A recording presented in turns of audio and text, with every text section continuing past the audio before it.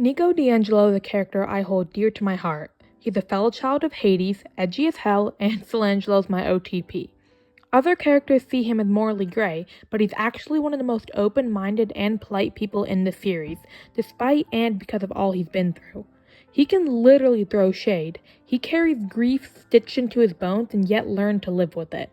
Also, he just has such a badass name, like Nico di Angelo. Tell me that doesn't slap. So, if you're here for coherent, logical thought, sorry, wrong funeral. If you're here to spiral about a traumatized queer son of Hades with a slowly crumbling wall around his heart and a sunshine boyfriend, buckle up.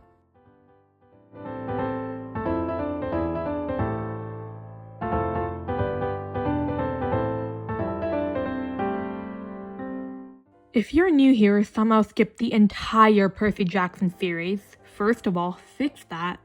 Nico di Angelo is currently the one and only son of Hades, introduced in Titan's Curse as a mythomagic-loving, unsuspecting little brother.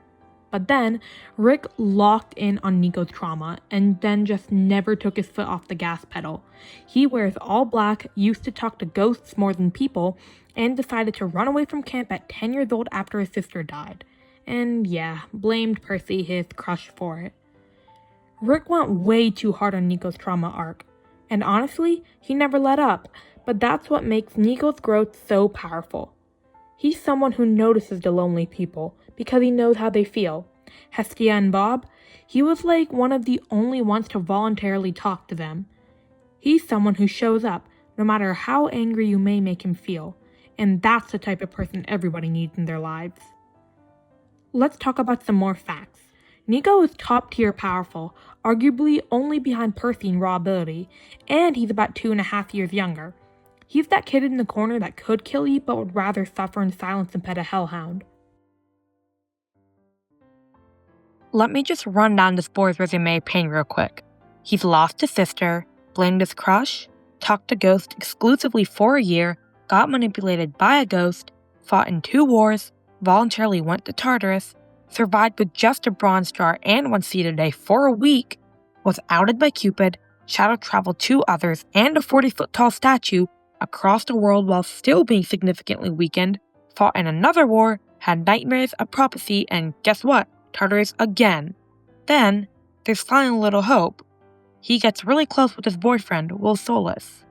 But now Will comes within Tartarus because Nico's life clearly wasn't complicated enough. Are you exhausted yet? Because he still wasn't done. And this is all before him turning 16. After the second war, Nico finally started to settle at camp, got a boyfriend, and then, oh look, Apollo literally falls out of the sky and it's time for another war. He somehow survived that, all the while being tormented in his nightmares, and then a prophecy comes to him and he goes back to Tartarus because why not pile it on? And after everything, he found light. He found love. But his journey isn't over yet. This is the point in the video where I suggest you might want to go back and reread pretty much the entirety of Percy Jackson, or at least the 3 main series plus The Sun and the Star, which is the first in a series called The Nico di Angelo Adventures. The second, called The Court of the Dead, starring Nico, Will, and his half-sister Hazel as well, will be coming out on September 23rd this year. I've tried to give enough context here so that you don't have to, but if you really want to be able to vibe with this video, just go and check out Nico's wiki page, because this video contains spoilers. Alright, now that you know who Nico is, let's talk about why he means so much to me.